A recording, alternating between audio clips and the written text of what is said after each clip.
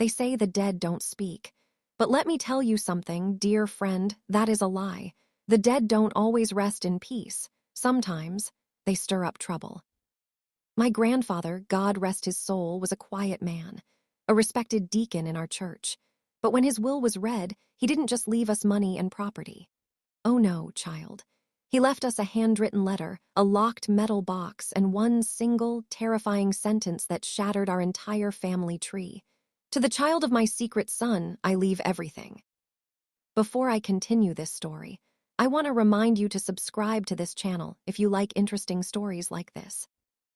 Dear friend, let me also give you a quick background so you understand this story perfectly. My name is Maya, and last week, I lost my grandfather. He was a respected deacon in our home church, the kind that was very devout. He was the kind that used to make sure he checks on both his children and grandchildren to be sure they were still walking in faith. He was buried yesterday. Now we were all sitting in that lawyer's office, my mama, my aunties, all my cousins. And we looked around at each other, every single one of us thinking the same thing, secret son. There was no secret son. Grandpa only had 3 daughters, but that metal box, it held the answers. And what we found inside didn't just change our family. It revealed a forbidden love, a buried scandal, and a truth so powerful it threatened to tear us apart forever. The law office of Henderson and Sons was too small and too warm for all of us. We were packed in there like sardines, Mama, the eldest, sitting stiff-backed in her good black dress, Auntie Carol fanning herself with a funeral program, Auntie Beatrice already dabbing her eyes. We were there to hear the final wishes of Robert "Bobby" Johnson, the pillar of our family. The lawyer, a young man who looked like he'd rather be anywhere else, cleared his throat. He went through the basics. The house went to Mama. The savings were split 3 ways. It was all exactly what we expected. We were just waiting for it to be over so we could go back to the house and eat the mountain of fried chicken and potato salad the church ladies had prepared. And then the lawyer said, "And lastly, Mr. Johnson left this for the family." He held up a simple, legal-sized envelope, yellowed with age. It is his instruction that I read this aloud. He opened it. The room went so quiet you could hear the old air conditioner struggling in the window. "To my beloved family," the lawyer read, his voice too formal for Grandpa's words. "If you are hearing this, then I have gone home to glory. I have tried to live a righteous life, but righteousness does not erase the past. I have carried a secret for 60 years, a secret I now place in God's hands and yours. During the summer of 1963, I had a relationship with a woman named Eleanor Davies. From that union, a son was born. His name is Joseph.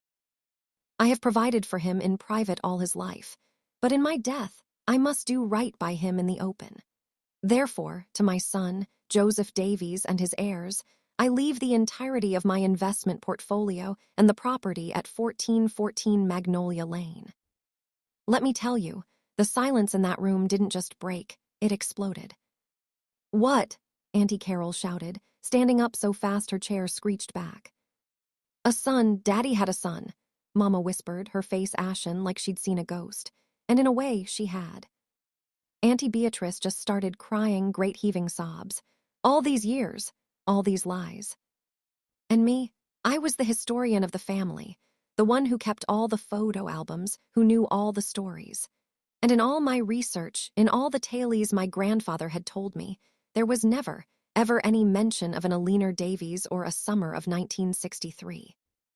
The lawyer, looking deeply uncomfortable, then produced a small, rusty metal lockbox. "This was left with the will. Mr. Johnson said the key would be with his eldest daughter." All eyes turned to my mother. Her hand trembled as she reached into her purse and pulled out her keychain.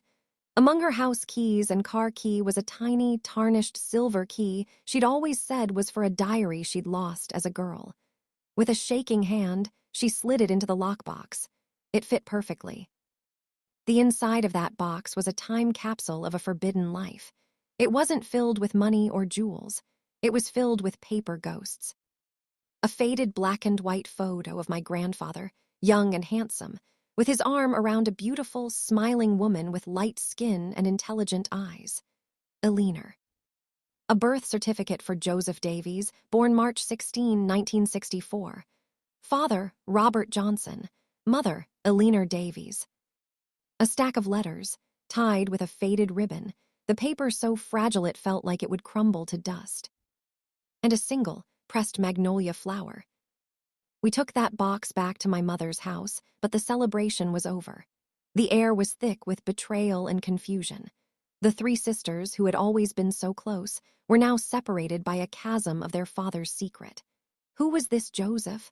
Why had he been hidden?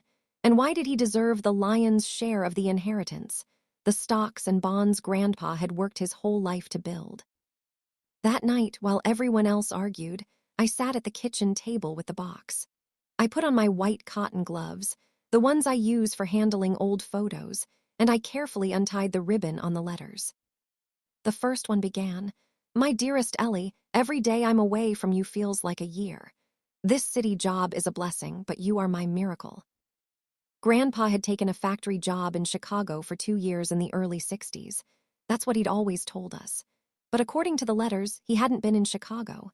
He'd been right here in our own state, just 2 towns over, living a whole other life. He wrote of picnics with Eleanor, of her laugh, of his dreams for their future.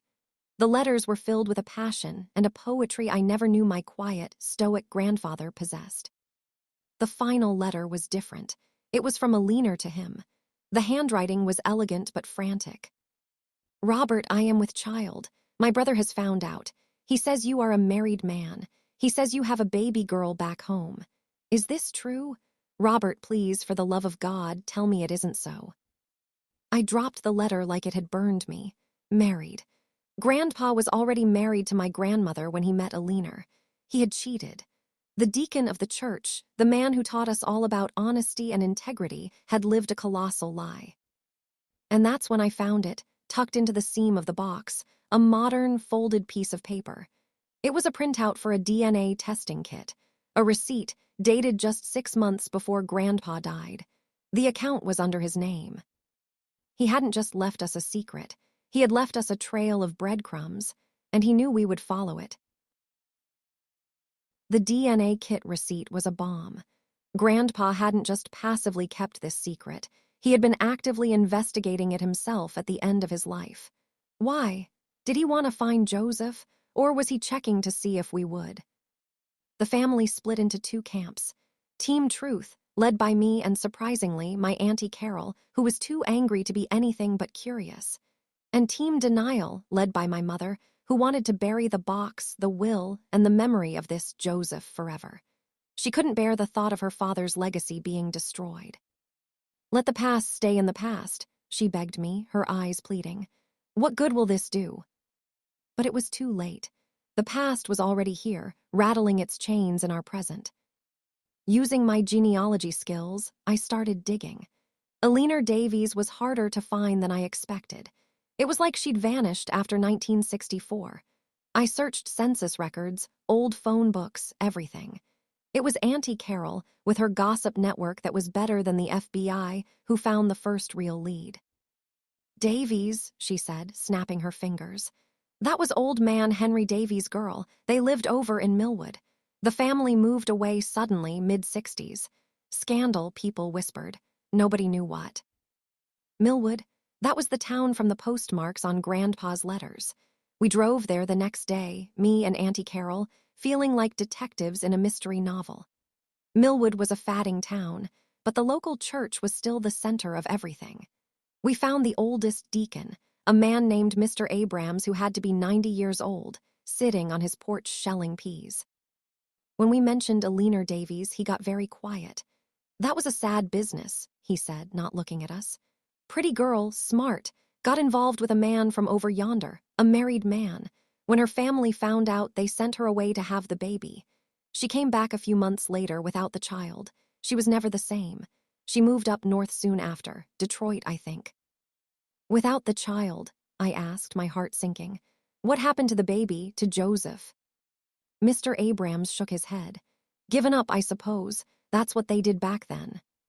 So Joseph had been put up for adoption. The trails seemed to have gone cold. That's when I remembered the DNA kit. Grandpa had taken one. Maybe Joseph or one of his children had taken one too. I went online and uploaded Grandpa's raw DNA data to the genealogy site he'd used. I held my breath and clicked Search for Matches. The page loaded, and there, at the very top of the list, labeled Close Family First Cousin, was a name I didn't recognize. Michael Davies. My hand flew to my mouth. A first cousin. That could only be the child of Grandpa's secret son, Joseph. I had found him. Or at least I had found his son. I showed the results to the family. The reaction was mixed. My mother cried. Auntie Beatrice refused to believe it, but Auntie Carol leaned in, her eyes wide. Well, message him. What do you even say in a moment like that? Hi, I think your grandfather was my grandfather, and he just left you all his money in his will. I settled on, Hi, Michael, my name is Maya Johnson. I believe our grandfathers were the same man, Robert Johnson. I would love to talk to you about your family history. He wrote back 3 hours later, 3 of the longest hours of my life. Hi, Maya, he wrote. I think you might be right. My father, Joseph, was adopted. He just passed away last year from cancer.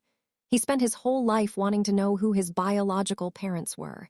He even did one of those DNA tests, but he never got any close matches before he died. This would have meant everything to him. My heart broke for Joseph. He had died without ever knowing his father, while we had spent a lifetime taking Grandpa for granted. The injustice of it was a physical pain. We arranged to meet Michael. He was a quiet, kind man in his late 30s, a high school teacher. He looked so much like my cousin David it was uncanny, the same lanky build, the same way of smiling with his eyes. He brought a photo of his father, Joseph, and when my mother saw it, she let out a small gasp. Joseph had our grandfather's nose, his forehead, his strong jaw. There was no denying it. Michael told us what he knew. Joseph had been raised by a loving family in Detroit, but he always felt a piece of him was missing. He'd hired a private investigator in the 90s, but with no names to go on, he'd hit a dead end. He would have been so happy to know he had sisters, Michael said, looking at my mother and aunties. It was a moment of profound healing. The anger began to melt away, replaced by a shared sense of loss for a man none of us had ever known, and for the relationship we had all been denied. But Grandpa's game wasn't over yet. As we were looking through the box again with Michael, he pointed to the pressed magnolia flower. That's interesting, he said. My dad had a thing for magnolias. He had a tattoo of one on his forearm. He said he didn't know why he was drawn to them, he just always had been. 1414 Magnolia Lane, the pressed magnolia flower, Joseph's tattoo. It wasn't just a random address. It was a message, a clue he knew only Joseph would understand. We all drove to 1414 Magnolia Lane. It wasn't a house. It was a small, beautiful, well-kept cemetery on the edge of town. And there, beneath a towering magnolia tree, was a simple, elegant headstone. Elena Rose Davies, beloved mother, 1940-52018. She had only died a few years before Grandpa. He had bought this plot for her. He had been visiting her all these years. He had loved her until the very end. And that's when we saw it. Tucked at the base of her headstone was a small, waterproof case. Inside was a final letter. This one was addressed to all of us. To my children, all of them. If you are reading this, then you have found each other. For that, I am eternally grateful. The greatest regret of my life was not having the courage to claim my son, Joseph. I was young, I was afraid, and I was a coward. I provided for him in secret, but I robbed him of his family, and I robbed you of a brother. I can only hope that in my death, I can give you the gift I was too weak to give you in my life, each other. Forgive me. Love each other. Your father, Robert. We stood there under the magnolia tree, a blended family united by a 60-year-old secret. We cried for Joseph, for Elena, for Grandpa, and for all the wasted years. But as we left the cemetery, my mother reached out and took Michael's hand. And in that small gesture, I knew that Grandpa's final wish had come true. His trouble had stirred us up, but it had also stirred us toward the truth. And the truth, however painful, had finally set us free. You'd think that would be the end of the story, wouldn't you? The secret's out, the family's united. But dear friend, the past has deep roots, and when you shake the family tree that hard, more than one skeleton can come tumbling down. The first order of business was the inheritance. Michael, God bless him, wanted no part of it. "This isn't my money," he told us, right there in the cemetery. "My father would have just wanted to know where he came from. Keep it." But we wouldn't hear of it. Grandpa's last wish was to provide for Joseph's line, and we were determined to honor that. After long, heartfelt discussions, the kind our family hadn't had in years, we decided to use the investment portfolio to start a college scholarship fund in Joseph's name for kids from Millwood. It felt right. It felt like healing a wound that had been open for 60 years. Michael, Auntie Carol, my mother, and I became an unlikely team, meeting with lawyers and financial advisors. In those meetings, as we talked about Joseph's legacy, the last of the ice between my mother and the truth finally melted. She began to ask Michael questions about his father, what he was like, what he enjoyed, the sound of his laugh. She wasn't just tolerating a secret anymore. She was getting to know the brother she never had. But just as we were settling into this new, blended family reality, the DNA website sent me another notification. A new match. A close family match. My blood ran cold. How could there be another one? I clicked on it. The username was jjohnson2023, and this person was listed as a half-sister to my mother and aunts. A half-sister. We all gathered around my laptop, the air sucked out of the room once again. This couldn't be right. Grandpa had one secret son, not a secret daughter. Who was this? I sent a message, my fingers trembling. The reply was instant. "Oh my God, I think your grandfather is my father too. My name is Julia. My mother's name was Maria Rodriguez." Maria Rodriguez, another name we'd never heard, another ghost. We met Julia at a quiet coffee shop.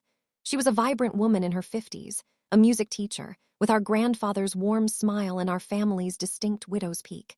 Her story was different from Joseph's. Her mother, Maria, had been a nurse who cared for Grandpa's ailing mother in the late 1960s after his summer with a leaner. Their affair was brief, but it resulted in a pregnancy. Maria, a devout Catholic, chose to raise the baby alone.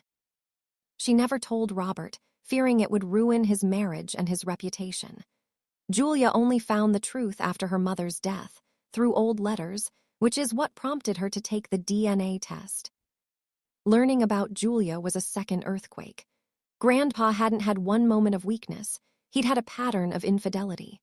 The saintly image we had of him was crumbling into dust, replaced by the portrait of a complex, flawed man who struggled with his desires. This was harder for the sisters to accept than Joseph. Joseph was a product of a single, passionate, if illicit, love affair. Julia felt like a betrayal of their mother, who was still alive when she was conceived. The family fractures reopened, wider and deeper than before. The trust we had built was fragile, and this new revelation threatened to shatter it. It was my grandmother, of all people, who brought us back from the brink. We had never told her about any of it, wanting to protect her, but she was sharper than we gave her credit for. She saw the tension, the whispered conversations. She called my mother and aunties to her house one afternoon and demanded the truth. So they told her everything, about Alina, about Joseph, about the will, about Julia. My grandmother listened, her hands folded in her lap. When they finished, she was silent for a long time. Then she said, "I know." You could have heard a pin drop. You knew," my mother stammered. "I've always known about the son," Grandma said, her voice soft but steady. "Not the daughter, but the son. Robert told me about Alina a few years after it happened. He was eaten up with guilt. He begged for my forgiveness. We went to counseling at the church. I forgave him. It was the only way our marriage could survive. We made a choice to move forward together. The man you knew, the deacon, the pillar of the community, that was the man he became after his mistake. That was the man he worked every single day to be, for me and for you girls. His entire life was an act of atonement." The room was silent, soaked in the weight of her confession. She had carried this knowledge for over 50 years, loving him, building a life with him, all while holding this monumental secret. "He wasn't a perfect man," she continued, a tear finally tracing a path down her wrinkled cheek. "But he was a good man who did a bad thing, and he spent the rest of his life trying to make up for it. This will, this secret, it was his final attempt to make things right, not just with Joseph, but with himself, Don't let his old mistakes poison your new family. Her words were a balm. The anger, the sense of betrayal, it didn't vanish, but it lost its sharp edge. We realized we had been mourning the loss of a myth, the perfect grandfather. Now we were being asked to accept the complicated, real man. We invited Julia into the family. It was awkward at first, but my grandmother, with a grace I will never forget, took her hand and said, "Any child of Robert's is a child of mine." The story doesn't have a neat, happy ending. Families are messy. But this past summer, we had our first Johnson Davies Rodriguez family reunion under the magnolia tree at 1414 Magnolia Lane. It was loud, it was chaotic, and there were still moments of slight tension. But there was also laughter and shared stories and a sense of wholeness that hadn't been there before. Grandpa's secret didn't just change our family tree. It forced our roots to grow deeper and wider to make room for new branches. The dead don't rest in peace. Maybe not.